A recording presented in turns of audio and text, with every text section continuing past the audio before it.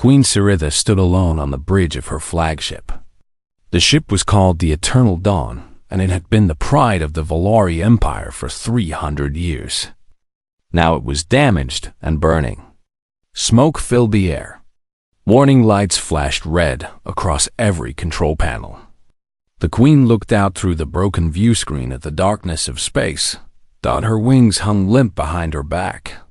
All Valori had wings. They were thin and beautiful, like glass that caught the light and turned it into rainbows. But Siritha's wings had not moved in weeks. She was too tired, too broken, too afraid.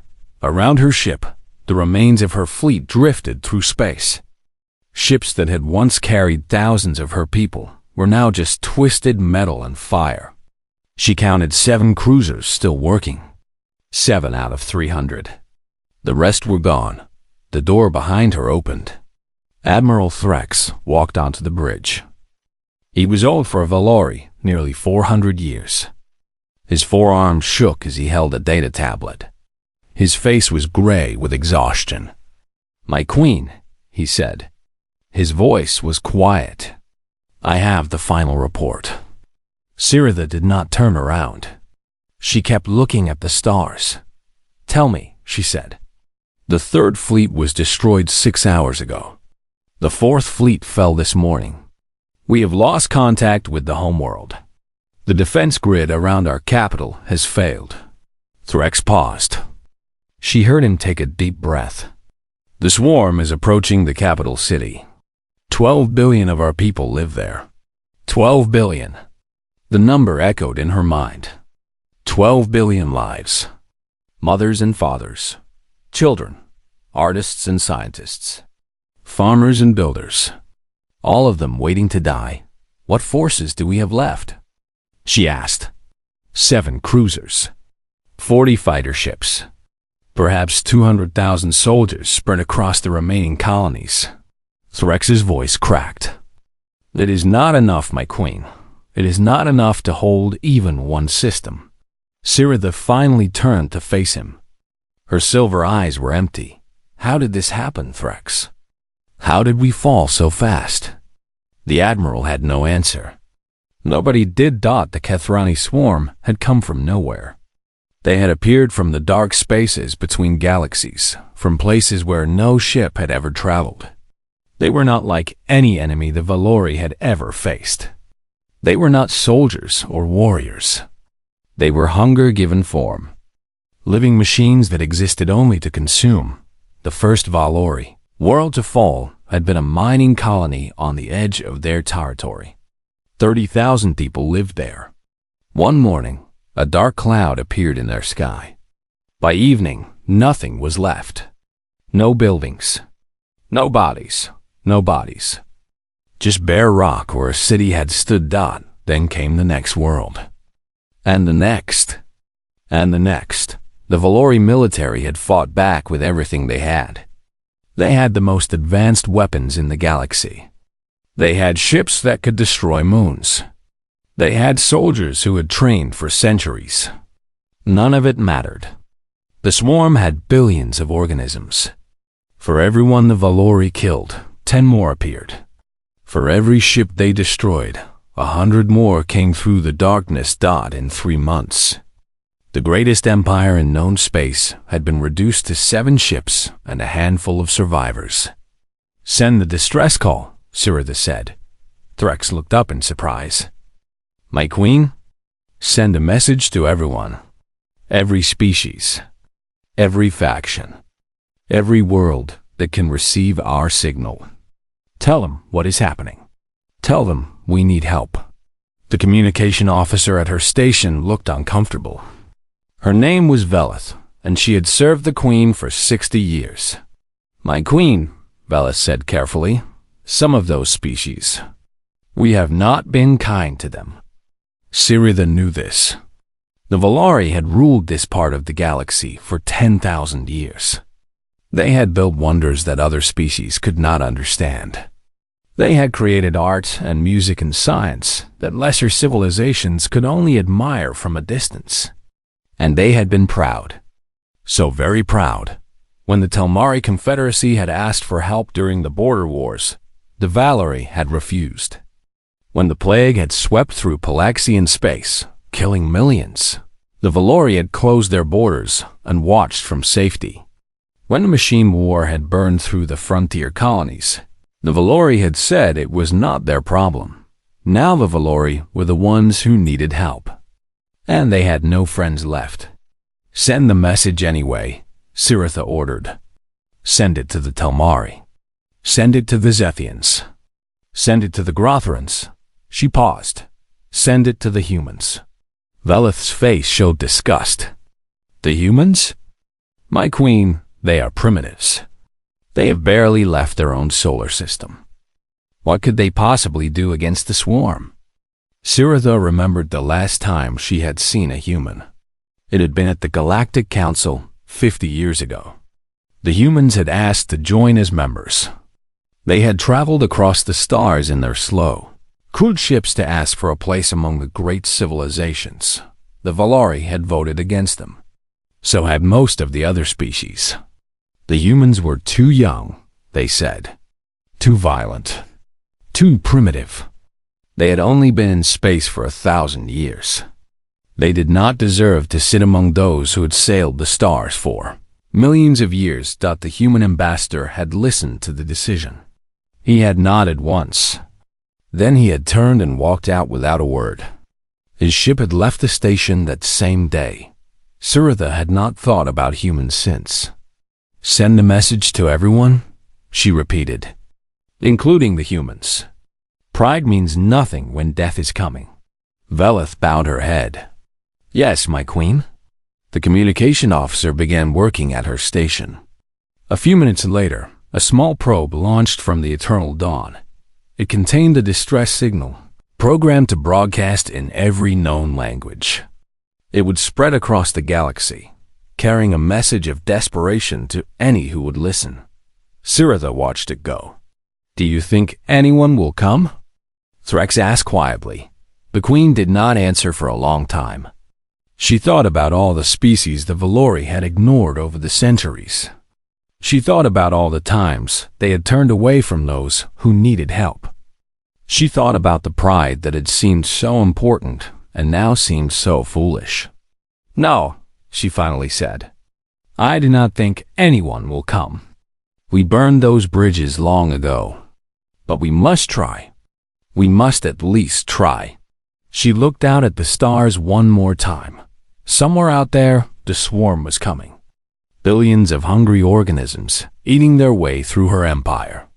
Her people had days left. Maybe hours.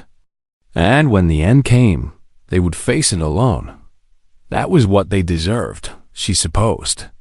But she prayed that she was wrong. She prayed that someone, somewhere, would prove her wrong. 3 weeks passed after the distress signal went out. 3 weeks of running.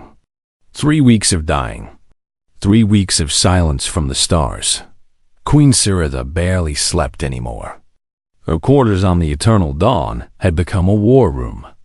Maps and reports covered every surface. She spent her days reading casualty reports and counting the dead. The numbers grew larger every day. 14 more Valori worlds had fallen to the swarm. The beautiful crystal cities of Meloroth, gone. The ancient libraries of Thyssen Prime, destroyed. The farming colonies of the Outer Ring, consumed. Each world had millions of people. Now they had none. The refugee fleet grew larger with each passing day. Civilian ships of every size filled the space around the military cruisers. Old transport ships, private yachts, mining vessels, cargo haulers. Anything that could fly had been pressed into service, carrying survivors away from their dying worlds. 2 million Valori now traveled with the fleet. 2 million out of the hundreds of billions who had once called the Empire home. "My queen," Admiral Threx said one morning, "we have received responses to your distress call." Siritha looked up from her reports.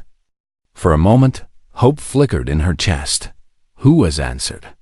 She asked, Threx's face told her everything before he spoke. "The Telmari Confederacy sends their sympathy," he said. "They say they cannot spare any ships. They are building defenses around their own borders." Siritha nodded slowly. She had expected this. The Zethian Collective has also responded. They remind us that we refused to join their mutual defense pact 3 times. They suggest we should have made different choices. Of this choose. And the Grotherans? Threx paused. They laughed, my queen. Their response was unkind. They reminded us of all the times we refused to help others. They said this was justice. The queen closed her eyes. Justice. Perhaps the Grotherans were right. Perhaps this was exactly what the Valori deserved. "What about the humans?" she asked. No response. The human ambassador left the Galactic Council station when communications with Earth failed. We cannot even confirm they received our message. Siritha stood and walked to the window. Outside, she could see the refugee fleet. Thousands of ships packed with frightened people. Children who did not understand why they had to leave their homes. Parents who knew exactly why but could not explain it. "How long until the swarm finds us again?" she asked. "Our scouts estimate 6 hours.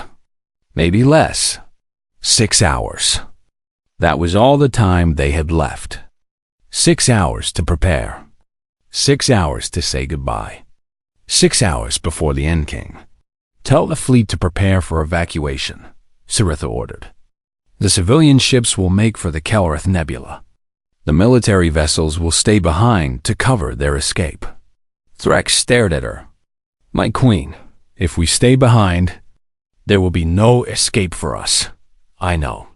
We have only 7 cruisers. The swarm will have tens of thousands of organisms. We cannot win.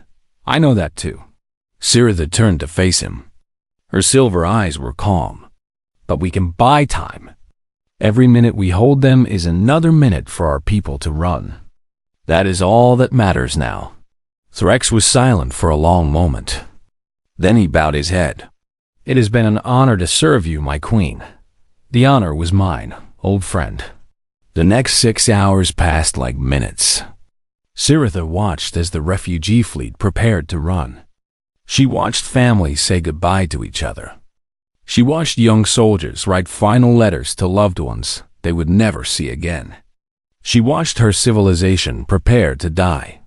When the alarm finally sounded, she was ready. "Contact," the sensor officer shouted. Multiple signatures emerging from hyperspace. Estimating 40,000 combat organisms, my queen. 40,000. Against 7 cruisers. Siritha had known the odds were bad. She had not known they were this bad. "All ships form defensive line around the civilian fleet," she ordered. Her voice was steady. "We will hold as long as we can. When we fall, the next ship takes our place. We do not stop fighting until every civilian transport is away." The Valari fleet moved into position. 7 cruisers against an army of monsters. On a tactical display, Siritha watched the swarm approach. They moved like a cloud of locusts, spreading across space in every direction. Each organism was a nightmare of metal and flesh, a living weapon designed for nothing but destruction. "Civilian fleet is beginning to move," Threx reported. "They need at least 40 minutes to reach the nebula." 40 minutes. That was how long they had to survive. "Open fire," Siritha commanded. The first shots from the Valori cruisers cut through space like beams of pure light. They hit the leading edge of the swarm and vaporized hundreds of organisms. For a moment, Siritha felt hope again. Then the swarm fired back. The cruiser Vigilance exploded in a ball of fire. 3,000 crew members died in an instant. The cruiser Steadfast followed seconds later, torn apart by dozens of ramming. Attacks. Shields failing on the Morning Star. Someone shouted. "The Bright Hope has lost engine power." Another voice called. Swarm organisms breaking through the line. Siritha watched her fleet die. Ship after ship fell to the endless tide of enemies. Her soldiers fought bravely. They took dozens of swarm organisms with them. But it was not enough. It would never be enough. "My queen!" Velith called from her station. Her voice was strange. "I am detecting something. New signatures emerging from hyperspace. More swarm?" Siritha asked. "No, my queen. These signatures are different. I do not recognize them. Unknown signatures." In 1,000 years of space travel, the Valori had cataloged every ship design in the galaxy. They knew the engine traces of every species, the weapon signatures of every military. Nothing was unknown to them. Siritha looked at the tactical display. New dots were appearing on the screen. First a few, then dozens, then hundreds, then thousands. "Get me identification," she ordered. "What are those ships?" Velith worked at her controls. Her four hands moved faster than Siritha had ever seen. "I cannot identify them, my queen. The ship designs do not match any known species. The weapons are not in our database. The engine signatures are completely foreign. The new ships were ugly." That was Siritha's first thought. They had no grace, no beauty, no elegance. They were all sharp angles and thick armor plating. They looked like they had been built for war and nothing else. Then the lead ship broadcast a message.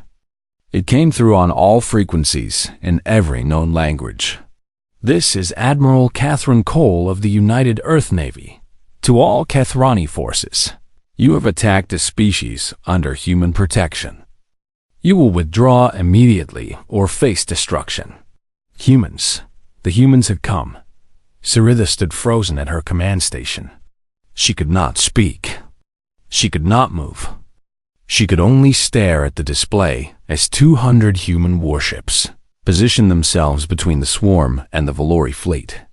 The swarm did not withdraw. They turned toward the new enemy and attacked. The humans opened fire, and the universe changed forever. Admiral Catherine Cole stood on the bridge of her flagship, the Relentless. She was 53 years old. Her hair was gray at the temples. Her face was lined with scars and wrinkles earned over 30 years of war. She had commanded ships in battles across human space. From the Mars Uprising to the Jupiter Campaign to the dark years of the Colony Rebellions. None of that had prepared her for what she saw now. The tactical display showed 40,000 enemy organisms. They moved like nothing she had ever seen before, a swarm of living nightmares that ate through space itself. Behind them, the remains of the Valori fleet burned. Only 4 cruisers were still fighting. The others were just wreckage. "All ships, this is Admiral Cole," she said into the fleet-wide channel. "We have engaged hostile forces. Rules of engagement are weapons free on all enemy contacts. Protect the civilian ships. Give them time to escape." 217 human warships spread out across space. They were not elegant or beautiful. They were blocky, angular things covered in armor plating and weapon batteries. Every surface bristled with guns. Every ship was built for one purpose: to kill anything that threatened humanity. "Commander Hayes," Cole called to her tactical officer, "I want firing solutions on the largest concentrations of enemy organisms." "Yes, Admiral. Targeting now." Lieutenant Commander Daniel Hayes was young for his position, only 32, but he had proven himself in a dozen battles. His hands moved across his controls with practiced speed. "Chief Martinez, status on our fighter squadrons?" Chief Petty Officer Rosa Martinez looked up from her station. "All fighters launched and ready, Admiral. 240 craft standing by. Have them run interference along the evacuation corridor. Nothing gets through to those civilian ships." "Understood, Admiral." The swarm was closing fast. They had apparently decided that the humans were a bigger threat than the Valori. Thousands of organisms turned toward the human fleet, their weapons charging. Cole watched them come. She felt no fear. Fear was for people who had something to lose. Catherine Cole had lost enough over the years that she had made peace with death a long time ago. "All batteries," she said calmly. "Open fire." The human fleet spoke with a single voice of thunder. Mass drivers fired first. These were simple weapons, just magnetic rails that launched solid metal projectiles at incredible speeds. No explosives. No fancy technology. Just heavy chunks of tungsten moving fast enough to punch through anything. The first volley hit they swarm like a hammer hitting insects. Hundreds of organisms simply ceased to exist, torn apart by the impact of metal traveling at a significant fraction of light speed. Then came the plasma lances. Focused beams of superheated matter cut through space, burning through organic armor like sunlight through paper. Swarm organisms exploded in chains of fire as the plasma found their fuel reserves. Finally, the torpedoes launched. Each one carried a small nuclear warhead. They flew into the heart of the enemy formation and detonated, creating tiny suns that vaporized everything within their blast radius. "First wave eliminated," Hayes reported, estimating 800 enemy organisms destroyed. 800 out of 40,000.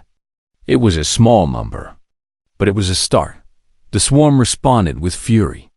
They were not used to prey that fought back this hard. They crashed against the human formation like waves against rocks, ramming ships with their own bodies, tearing at armor with claws and teeth. The destroyer Swift Justice was the first human ship to fall. It was surrounded by 50 organisms that ripped it apart piece by piece. 300 crew members died in less than a minute. "Commander Hayes, concentrate fire on the organisms attacking the Swift Justice's position," Cole ordered. "Show them what happens when they kill our people." The human response was devastating. Every ship within range turned their weapons on the cluster of organisms that had destroyed the Swift Justice. In seconds, all 50 were dead. "Enemy forces adapting," the sensor officer reported.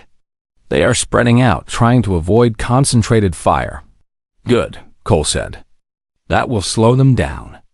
"Lieutenant Pierce, how are our fighters doing?" Lieutenant Samuel Pierce monitored the fire channels. "Heavy engagement along the evacuation corridor, Admiral. We have lost 12 fighters so far, but the corridor is holding. Civilian ships are moving toward the nebula." Cole nodded. The fighters were taking heavy losses, but they were doing their job. Every pilot out there knew the risks. They had volunteered anyway. That was what humans did. They looked at impossible odds and said, "We will try anyway." On the tactical display, Cole watched the battle unfold. Her ships were taking damage. The swarm was adapting, learning, finding weaknesses in human tactics. But the humans were adapting too. Commanders adjusted their formations. Gunners found better firing solutions. Engineers rerouted power to damaged systems. This was how humans fought. Not with elegance or grace, but with stubbornness and creativity and an absolute refusal to give up. They had been fighting wars for all of their history. It was, in a terrible way, what they were best at. "Admiral," the communications officer called. "We are receiving a transmission from the Valori flagship." "Put it through."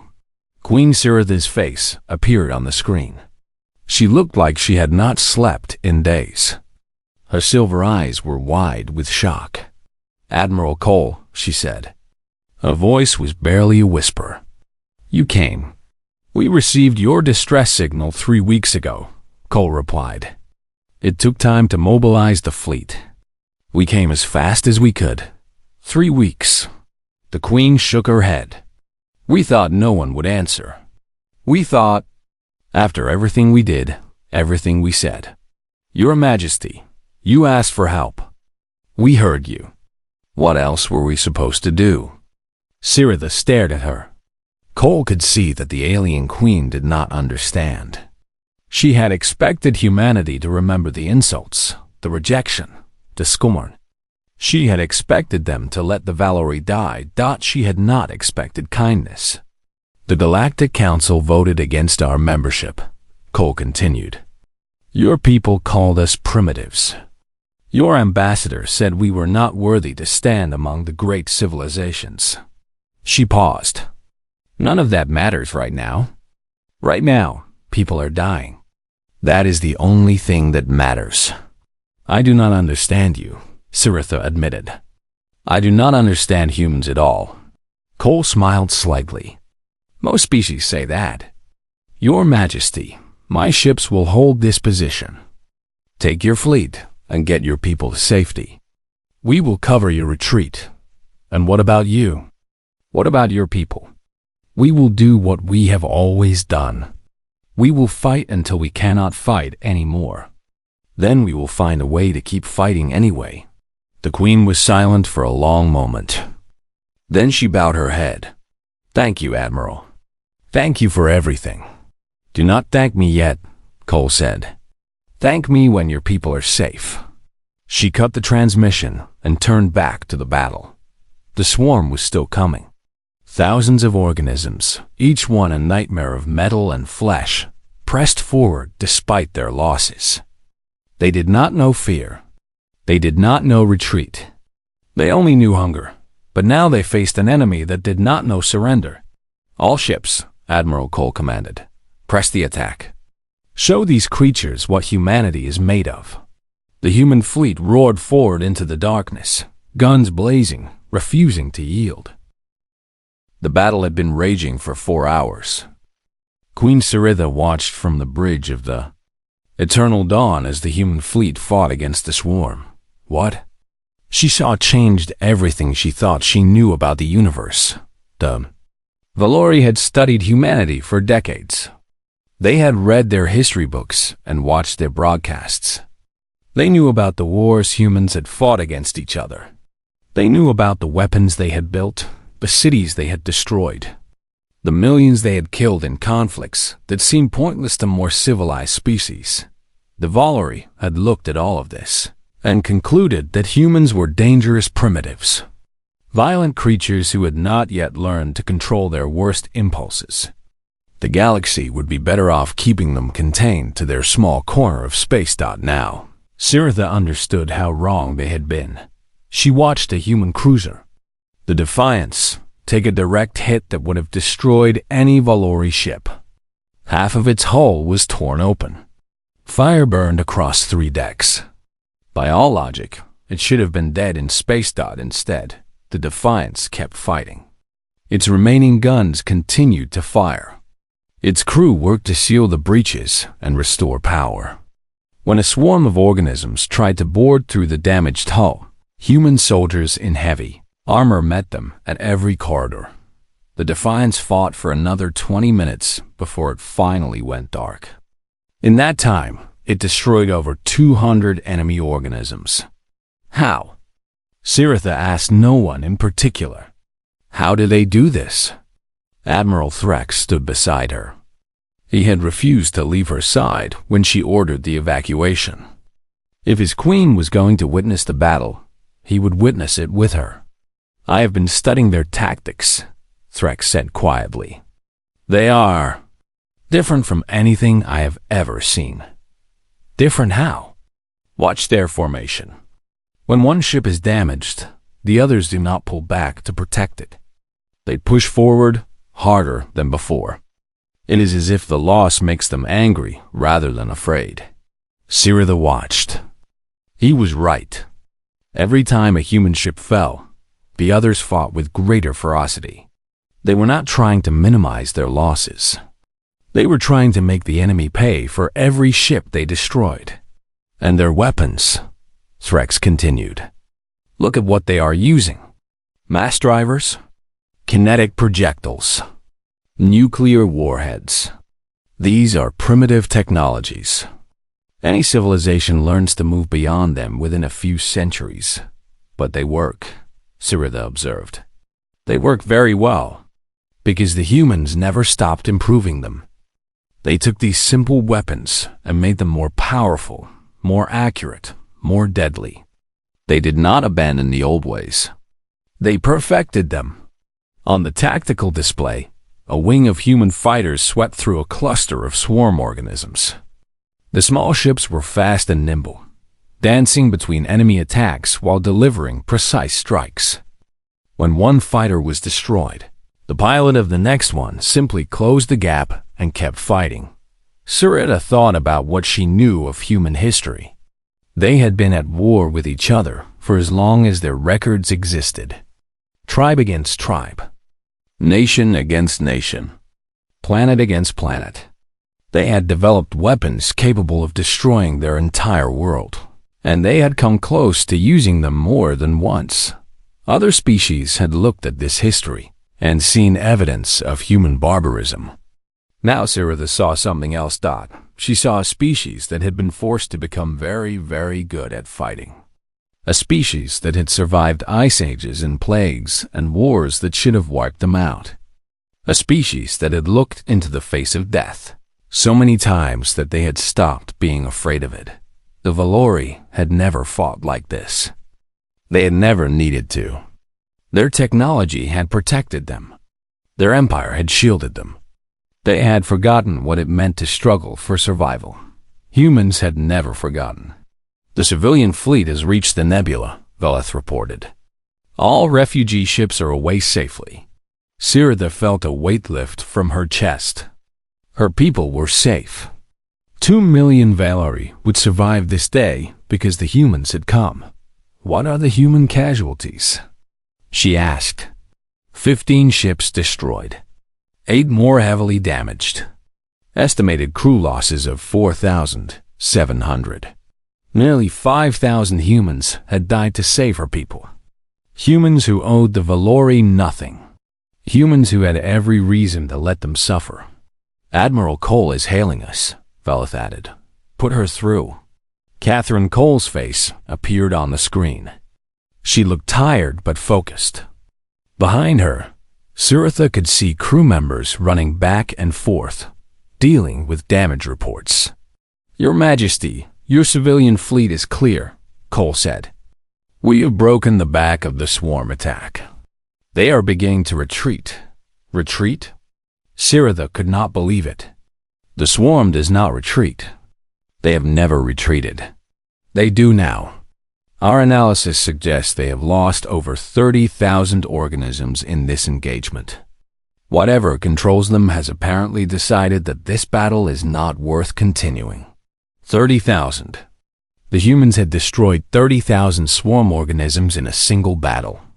It was more than the Valori had killed in 3 months of fighting.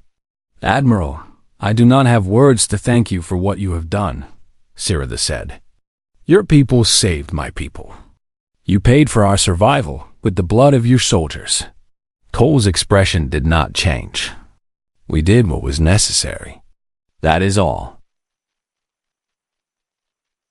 It is not all. You came when no one else would. You fought for people who had given you every reason to abandon them. Why? Help me understand. The Admiral was silent for a moment. When she spoke, her voice was soft. Because we know what it is like to face extinction alone. We know what it is like to cry out for help and hear only silence. Our history is full of moments like that. Moments when everything seemed lost and there was no one coming to save us. She paused. We decided a very long time ago that we would never let another species feel that despair if we could prevent it. It does not matter if they are our friends or our enemies. It does not matter if they love us or hate us. When someone is about to die, you do not ask whether they deserve to be saved. You just save them. Sarita felt something she had not felt in many years. It took her a moment to recognize it. Shame that the Valori had been given so many chances to show mercy, to help those in need, to be the kind of civilization that lifted others up instead of looking down on them. They had failed every time. And now the species.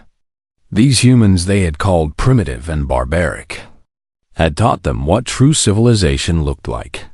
Admiral Cole, Sarita said slowly, I believe the Valori have many things to learn from humanity. Cole smiled. It was a tired smile, but genuine. Then perhaps something good will come from this terrible day. What happens now? Now, we regroup. The swarm has retreated, but they will be back. This was just one battle in what will be a very long war. And we need allies. You want the Valori to fight alongside you. I want everyone to fight alongside us. The swarm is not just a threat to your empire or our colonies. They are a threat to every living thing in this galaxy. If we do not stand together, we will all fall separately. Sarita nodded slowly. For the first time since the invasion began, she felt something that resembled hope. Then the Valori will stand with humanity, she said. From this day forward, we will fight at your side. Good, Admiral Cole said. Welcome to the war, Your Majesty. 2 days after the battle, Queen Sarita boarded the human flagship Relentless for the first time. Admiral Cole had invited her to discuss the future of the war. But Sarita had another reason for coming.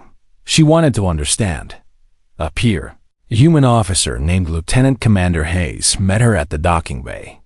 He was young by Valori standards, barely 30 years old. But he carried himself with the confidence of someone who had seen many battles.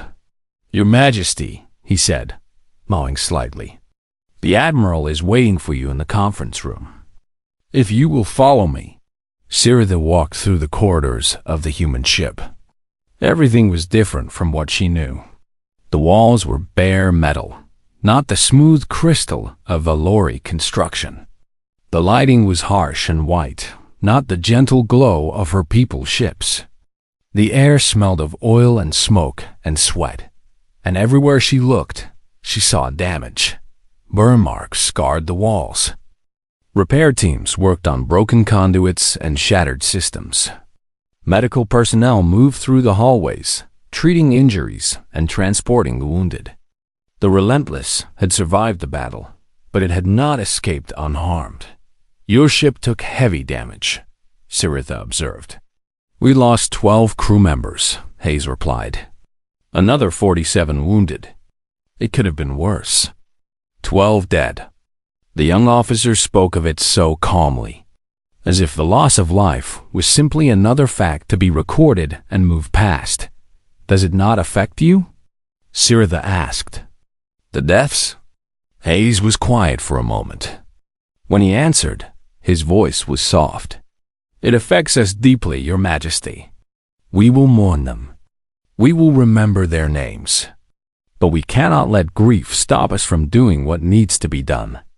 That is what they would have wanted. They continued walking. Sarita noticed something else about the human ship. The crew members she passed did not seem beaten down by the battle. They were tired, yes. Many were wounded, but they moved with purpose. They talked and even laughed with each other. They were already preparing for the next fight. How do you do it? She asked. How do your people keep fighting after everything you have lost? Hayes smiled slightly. It is what we are, Your Majesty. Humans have always been fighters. We fight disease and hunger and nature itself. We fight each other when we forget that we should not. And when something threatens all of us, we fight that too. Even when you cannot win, especially when we cannot win. Surrender is not in our nature. We would rather die on our feet than live on our knees. They reached the conference room. Admiral Cole was waiting inside, along with several other human officers. Maps and charts covered the table, showing the current state of the war. Your Majesty, Cole said, rising to greet her. Thank you for coming. Thank you for having me, Admiral. They sat down at the table. For the next hour, they discussed strategy and logistics. The swarm had retreated, but scouts reported massive buildups in unexplored space. The enemy was gathering strength for another attack. It would come soon. We need more ships, Cole said. We need more soldiers. And most importantly, we need allies. The swarm cannot be defeated by any one species alone. The Telmari will not help, Siritha replied. They made that clear. The Zethians and Grothrans feel the same. Then we change their minds. They think they are safe behind their borders. They believe the swarm will not come for them. We need to show them that they are wrong. How? By winning. By proving that this war can be won if we fight together. Every battle we win, every system we defend, every world we protect will show the galaxy that resistance is possible. Siritha considered this. It was a human way of thinking, bold, aggressive, refusing to accept defeat, even when defeat seemed certain. There is something I must ask you, Admiral, she said slowly. Something I have been thinking about since the battle. Ask. Why do you fight so hard? Your species has only been in space for 1,000 years. You could have stayed in your own systems, built your defenses, protected your own people. Why risk everything to save strangers who treated you poorly? Cole leaned back in her chair. Her expression was thoughtful. Do you know the story of how humans reached the stars? She asked. I know the basic history. You developed space travel slowly. Primitive rockets at first, then better engines, then finally faster than light travel. That is the technology. But that is not the story. Cole stood and walked to the window.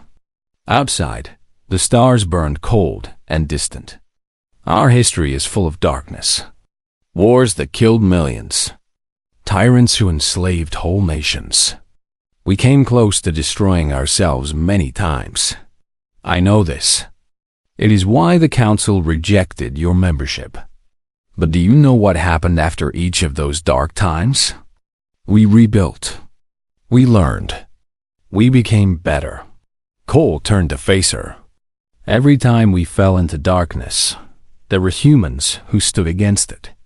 Every time we committed terrible acts, there were humans who fought to stop them. We are not defined by our worst moments. We are defined by our response to them. Siritha listened in silence. When we finally reached the stars, Cole continued, we made a choice.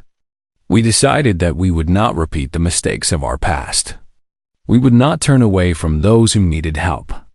We would not leave people to die because they were different or because they had wronged us. We would be better, even when it costs you, especially when it costs us. Doing the right thing is easy when it is free. The true measure of a civilization is what it will sacrifice for others. Siritha thought about her own people. The Valari had built a great empire. They had created wonders of science and art, but they had never sacrificed anything for anyone. They had watched others suffer and told themselves it was not their problem. Now she saw how hollow that greatness truly was. I owe you a debt I can never repay, she said quietly. My people owe you their lives. You owe us nothing, Cole replied. But if you want to honor the sacrifice our soldiers made, there is one thing you can do. Name it. Be better. When this war is over, be the kind of civilization that helps others. Show mercy when you have power. Give aid when you have plenty. Do not repeat the mistakes of your past. Siritha stood. She had lived for 300 years. She had ruled an empire that spanned 1,000 worlds. But in this moment, she felt like a child being taught a lesson she should have learned long ago. I swear to you, Admiral Cole, the Valori will change. We will become worthy of the sacrifice your people made for us. Cole smiled. It was the first genuine smile Siritha had seen from her. Then the future is bright, Your Majesty. For all of us. Outside the window, the stars continued to burn. Somewhere in the darkness, the swarm was waiting. The war was far from over. Many more battles lay ahead, and many more would die before the end. But for the first time, Queen Siritha of the Valori believed they might actually win, because humanity had shown or something she had forgotten. Hope was not something you waited for. It was something you created. Through courage and sacrifice and the simple refusal to abandon those in need, the humans had come when no one else would, and they had changed the galaxy forever.